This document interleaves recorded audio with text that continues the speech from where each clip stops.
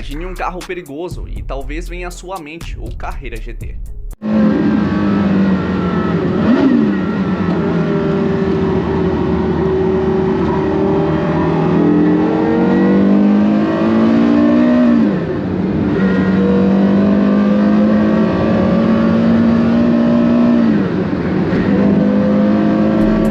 Só que mesmo esse ainda possui airbags. Já o monstro que eu vou apresentar nesse vídeo, nem mesmo isso tem. E a lista continua com a ausência do controle de tração, de estabilidade e o ABS. Mas por que eles não foram implementados? O que faz um controle de tração, de estabilidade e o ABS? E por que a ausência deles, alinhada à potência, torna esse um dos, se não o, carro mais perigoso já produzido? Deixe o gostei e se acomoda, que ao final desse vídeo você terá todas as respostas dessas perguntas. Bora!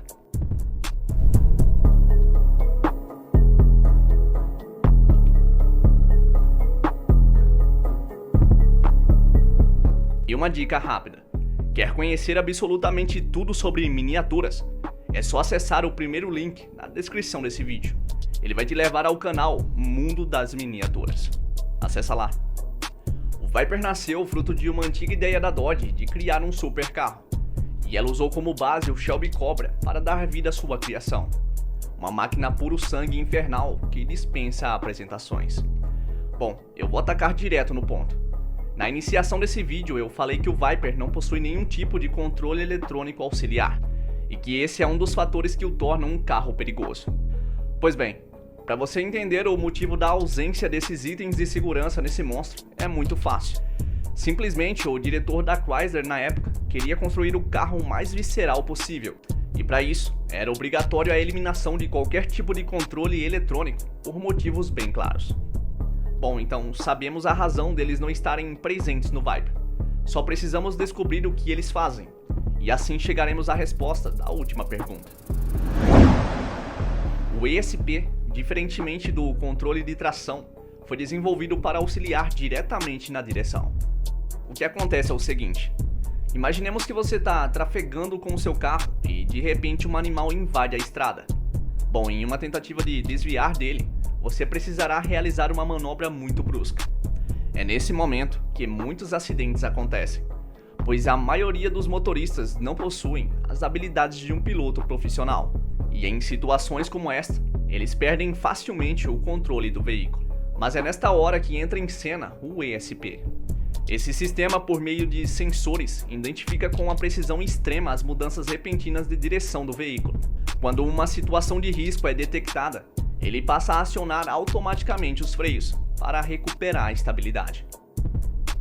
Tudo isso ocorre com uma perfeição e com um tempo de reação superior ao de qualquer ser humano. Já falando do TCS, ele também atua com sensores, mas no seu caso, eles são posicionados apenas nas rodas tracionadas. Quando elas perdem a aderência, seja por qual motivo for, os sensores detectam e enviam essa informação diretamente para o ECU do carro. É a partir dele que vem a instrução para o motor entregar menos potência, ao mesmo tempo que o freio atua na roda que sofreu a perda de aderência. Assim como no caso do ESP, tudo isso ocorre em uma velocidade muito rápida, a ponto de muitas vezes nem ser perceptível ao motorista que o TCS está em ação. Em relação ao ABS, ele vem para fechar a equação. Como ficou bem claro, tanto o controle de tração como o de estabilidade acionam os freios para garantir a estabilidade e a aderência do veículo. Bom, imagine se ao serem acionados, os freios travassem. Não seria nada legal. Então o ABS foi inventado para impedir o travamento deles. E ele faz isso por meio de sensores de velocidade, uma bomba hidráulica com fluido de freio, válvulas hidráulicas e um monitorador dos sensores de velocidade, conhecido como controlador eletrônico.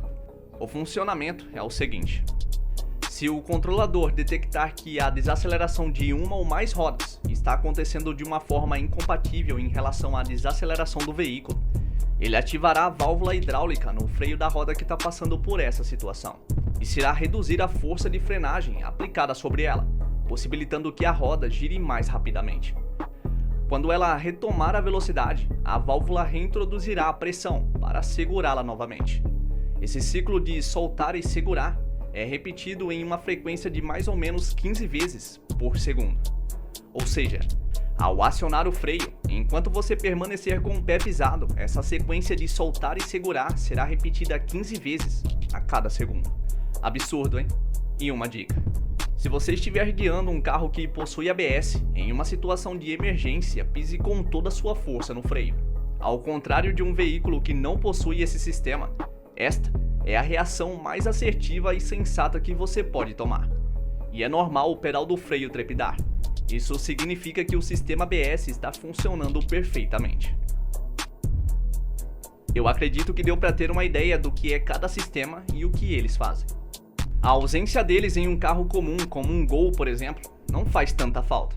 Isso porque o Gol não foi pensado para um bom desempenho nas pistas, o que não é o caso do Dodge Viper. O seu propulsor, que teve até mesmo a Lamborghini envolvida na sua concepção quando ela ainda pertencia à Chrysler, é um V10 de 406 cavalos de potência e 63,8 kgfm de torque máximo.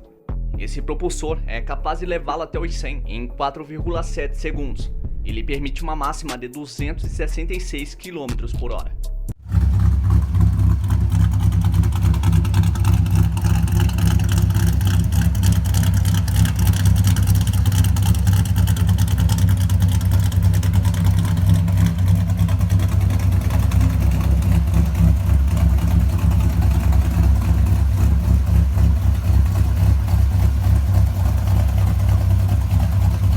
O desejo de Bob Lutz de construir um carro visceral foi realizado sem sombra de dúvidas.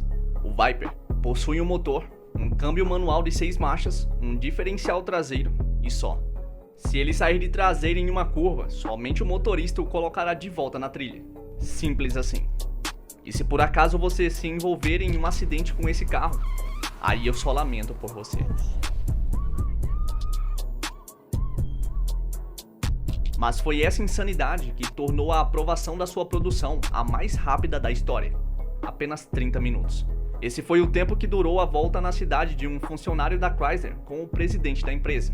Ele achou esse monstro tão fora de série que, assim que saiu dele, decidiu dar início à sua fabricação. Nenhuma marca atualmente pode construir e comercializar um veículo como o Dodge Viper de primeira geração, pelo simples fato de que o ABS, o ESP e o TCS passaram a ser obrigatórios de fábrica em todo o mundo. Assim concluímos que esta fera pertence a um grupo fechado, um grupo onde se encontram todas as feras que não aceitam desaforo e não permitem erros, nem mesmo o menor deles. E no vídeo anterior eu falei sobre um outro monstro americano e perigoso, mesmo equipado com todos os controles eletrônicos auxiliares. Para assistir é só clicar aqui em cima. E é isso, meu bom. Deixa a sua opinião agora sobre esse vídeo ou uma sugestão para um vídeo futuro. E a gente se vê em breve.